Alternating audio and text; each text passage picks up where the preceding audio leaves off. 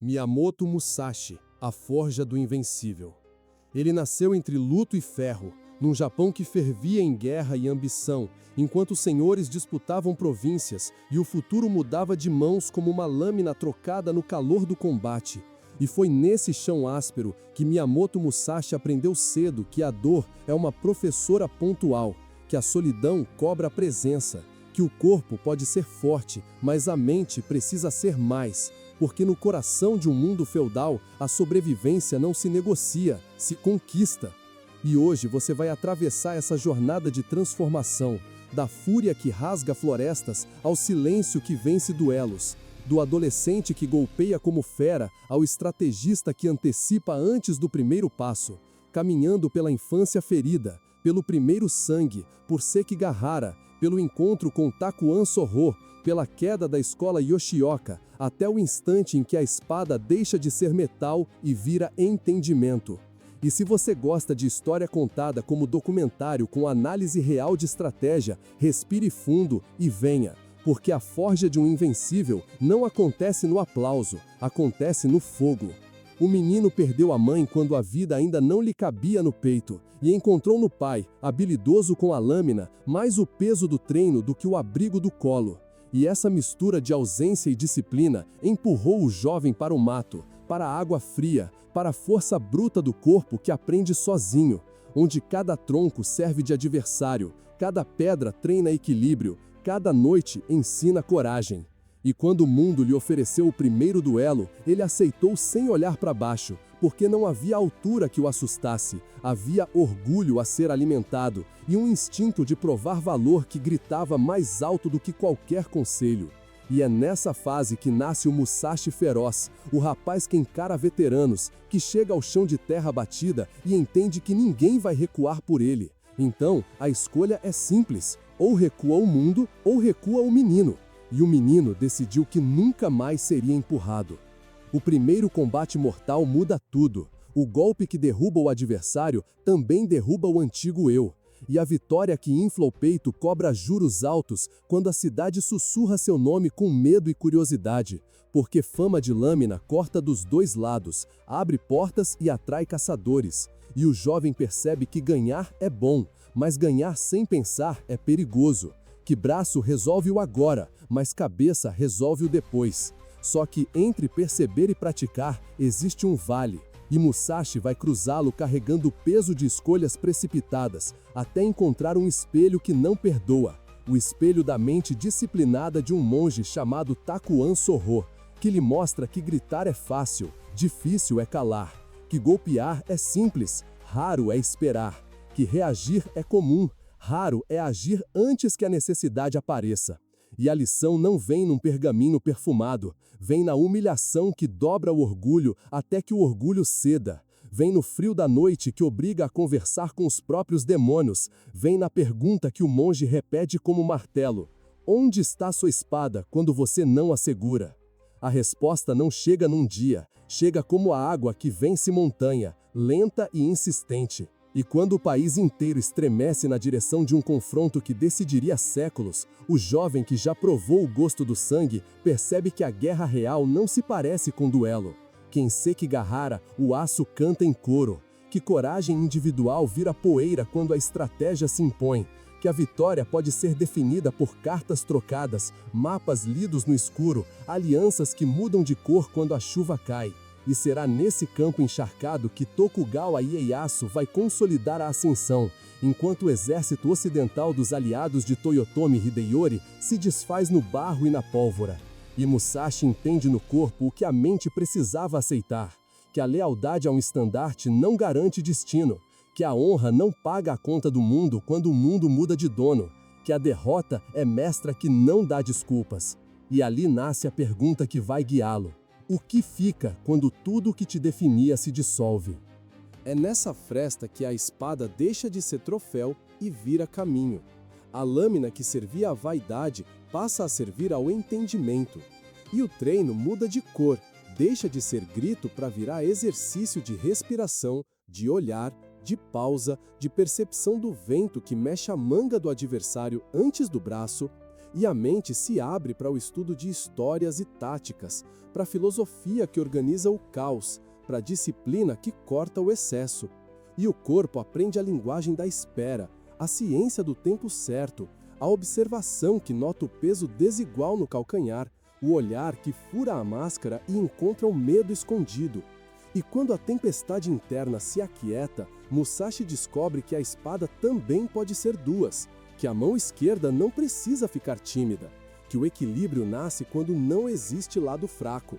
E assim surge o princípio que mais tarde o mundo chamaria de Niten Ichi: duas lâminas, um céu, duas forças, uma intenção. E se essa forma de estratégia e história te interessa, inscreva-se no O Enigma Global. Aqui a gente segue as pegadas do passado para entender o porquê das coisas e não apenas o como. E toda semana, quem curte documentário com ritmo cinematográfico encontra um mapa novo para pensar. O Japão que respira depois de Sekigahara é um país reorganizado pela mão firme do novo shogunato.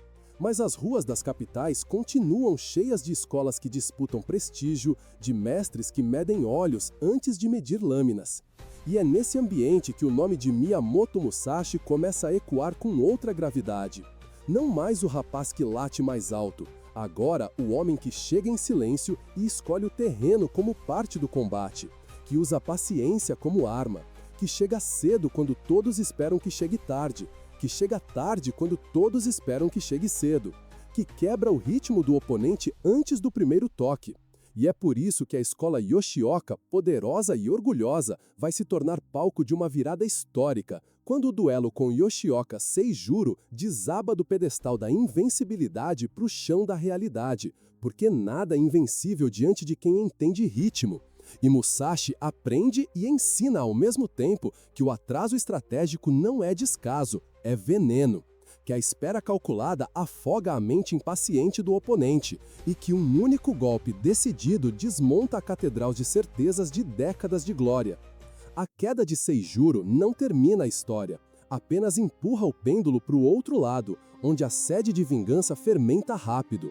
E o próximo irmão, Yoshioka Denshichiro, traz ao campo uma lâmina mais longa e uma fúria mais pesada. E Musashi escolhe outra via. Chega antes, se mistura às sombras dos pinheiros, observa, respira, caminha por dentro da cabeça do adversário antes de caminhar pelo campo, e quando o encontro explode em aço, o que se vê não é acrobacia, é leitura, não é brilho de coreografia, é matemática de distância. E o golpe que apaga o segundo irmão é menos uma celebração da força e mais uma assinatura da calma. É a prova de que controlar o próprio pulso é controlar o pulso do outro. E quando a poeira baixa, a cidade entende que não está diante de um homem de sorte, mas de um método. E método é o tipo de fama que não desbota. A fúria do clã não cabe mais numa espada só, e o encontro que deveria ser duelo vira emboscada, porque honra ofendida procura número, e número tenta comprar o destino. Só que Musashi não vende barato. Escolhe um terreno irregular que transforma massa em confusão. Escolhe árvores que cortam linhas de ataque. Escolhe encostas que engasgam lanças. Escolhe o sol que cega, o vento que dobra flechas. E enquanto o mundo vê uma tempestade de aço, o homem vê variáveis. Enquanto muitos samurais tentam afogar o um resolve respirar mais fundo. E cada passo que ele dá equilibra espaço e tempo como se o chão fosse um tabuleiro, como se cada tronco fosse um aliado antigo, como se a mente tivesse ficado tão leve que nada mais pesasse. E quando a noite finalmente fecha as cortinas sobre o caos, a escola Yoshioka não é mais a mesma.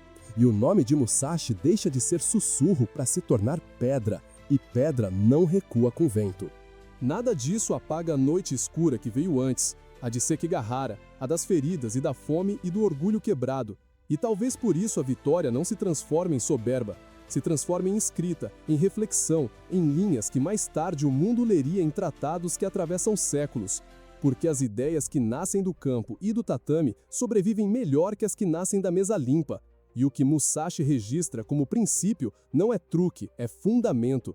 Que a vitória começa antes do combate, quando você escolhe o terreno, quando você confunde o relógio do adversário, quando você abre mão da pressa e abraça o tempo, quando você vê com os pés e anda com os olhos, quando você respira antes de bater, E esse é o ponto em que a lâmina passa a morar na mente. E quem já segurou o medo no punho sabe que a mão treme menos quando a cabeça está quieta. O encontro com Takuan Sorro permanece como a dobra silenciosa que sustentou tudo, porque disciplinar a mente é domar o cavalo que te carrega para a batalha. E a conversa com o monge ensinou que a pior prisão é a do impulso, que raiva é um general incompetente, que pressa é uma corda no próprio pescoço. E por isso o treino de Musashi sempre volta ao vazio, ao intervalo entre uma intenção e outra, ao instante em que o corpo quer ir e a mente manda ficar, ao ponto exato em que a alma decide que não precisa provar nada a ninguém, apenas executar. E quando essa paz acontece no meio do barulho, o barulho perde o emprego. Se você está curtindo caminhar por dentro dessa história, se o mapa de decisões de um guerreiro te ajuda a pensar nos seus próprios combates, deixe seu like. Isso empurra o algoritmo para recomendar documentários sérios sobre samurai, estratégia e guerra. E ajuda esta investigação a encontrar gente que ainda acredita que entender o passado melhora a mira no presente. A trajetória que nos trouxe até aqui não é um mito embalado em seda, é carne e pó. E por isso vale como manual de análise de escolhas. Porque o garoto que bate sem pensar virou o homem que pensa antes de se mover. O duelista que se alimentava do medo alheio virou o estrategista que desarma o próprio medo. O Ronin que perdeu o estandarte encontrou direção própria. E quando alguém pergunta qual o segredo do invencível, a resposta não mora na força do braço, mora na combinação de clareza e terreno, de tempo e intenção, de leitura e paciência. E se você olhar com cuidado, vai perceber que o mesmo desenho serve fora do tatame, porque nenhum de nós enfrenta todos os inimigos ao mesmo tempo, e quem tenta perde fôlego. Então a regra que o Musashi dá como conselho de vida é simples e definitiva. Vença um adversário por vez, um problema por vez, um medo por vez, e tudo que parecia impossível começa a perder a pose. Aos poucos, a figura do samurai que escreve cresce tanto quanto a do samurai que luta. O homem que mais tarde deixaria o livro dos 5 anéis como herança mental entende que uma escola que te formou também pode te prender, que a tradição é bússola quando aponta norte, mas é âncora quando se recusa a levantar, que a agilidade é física e é filosofia, que dividir a lâmina em duas foi menos inovação de palco e mais recado para o espírito. Distribua risco, equilibre lados, não adormeça em nenhum extremo. E quando isso entra no osso, o corpo passa a se mover com a assinatura de quem não precisa mais convencer ninguém, apenas ser. Você que chegou até aqui, carrega agora um pouco do que forjou Miyamoto Musashi. E talvez por isso este seja um bom momento para me contar. Foi a lição de Sekigahara e a humildade forçada pela derrota? Foi a paciência aprendida com Takuan Sorro? Foi a leitura do ambiente nos duelos com a escola Yoshioka? Foi a ideia de Niten-Nishi e a simetria entre mãos e pensamentos? Me diga nos comentários qual decisão dele conversa com sua vida hoje, porque o Enigma Global não é um palco de respostas prontas, é uma mesa de investigação onde cada olhar acrescenta uma pista, e a sua leitura pode ser o próximo ponto de partida. Se essa jornada te ajudou a ver a história por dentro, se sentir que o passado ficou mais nítido, inscreva-se no O Enigma Global para continuar vendo história oculta, curiosidades que fazem sentido, análise de táticas que sobreviveram ao aço e chegaram à gestão do cotidiano, porque aqui cada episódio é um mapa novo e o próximo mergulho vai te levar para outra fronteira onde a mente decide antes da lâmina. E enquanto você respira, o algoritmo aprende que vale a pena entregar profundidade para quem não tem pressa de raso. Quando o vento baixa e o campo silencia, a figura de Miyamoto Musashi continua em pé. Não porque venceu todos os que o desafiaram, mas porque venceu o único adversário que nunca dorme, a própria construção do eu, que insiste em confundir aplauso com valor. E ao separar ruído de essência, ele nos deixou uma herança que cabe na palma da mão. Atenção, terreno, tempo, intenção. E com essas 4 coisas, você caminha melhor em qualquer estrada, de kimono ou de terno, na arena do mercado ou na conversa difícil de casa. E talvez seja por isso que sua lenda não se apaga, porque mais do que um mito de aço, ele é uma gramática de decisão. Agora é a sua vez. Se alguma passagem acendeu uma lâmpada, comente aqui e me diga qual princípio de Musashi você quer que a gente destrinche em um próximo documentário com ritmo cinematográfico. Podemos esmiuçar a psicologia da chegada atrasada, a engenharia do terreno na vantagem numérica, o desenho mental do Niten Ichi ou a transição da força bruta para a força calma. E enquanto os próximos passos se alinham, mantenha a mente desperta, o corpo disposto e a curiosidade viva, porque é assim que o passado continua respirando e apontando caminhos.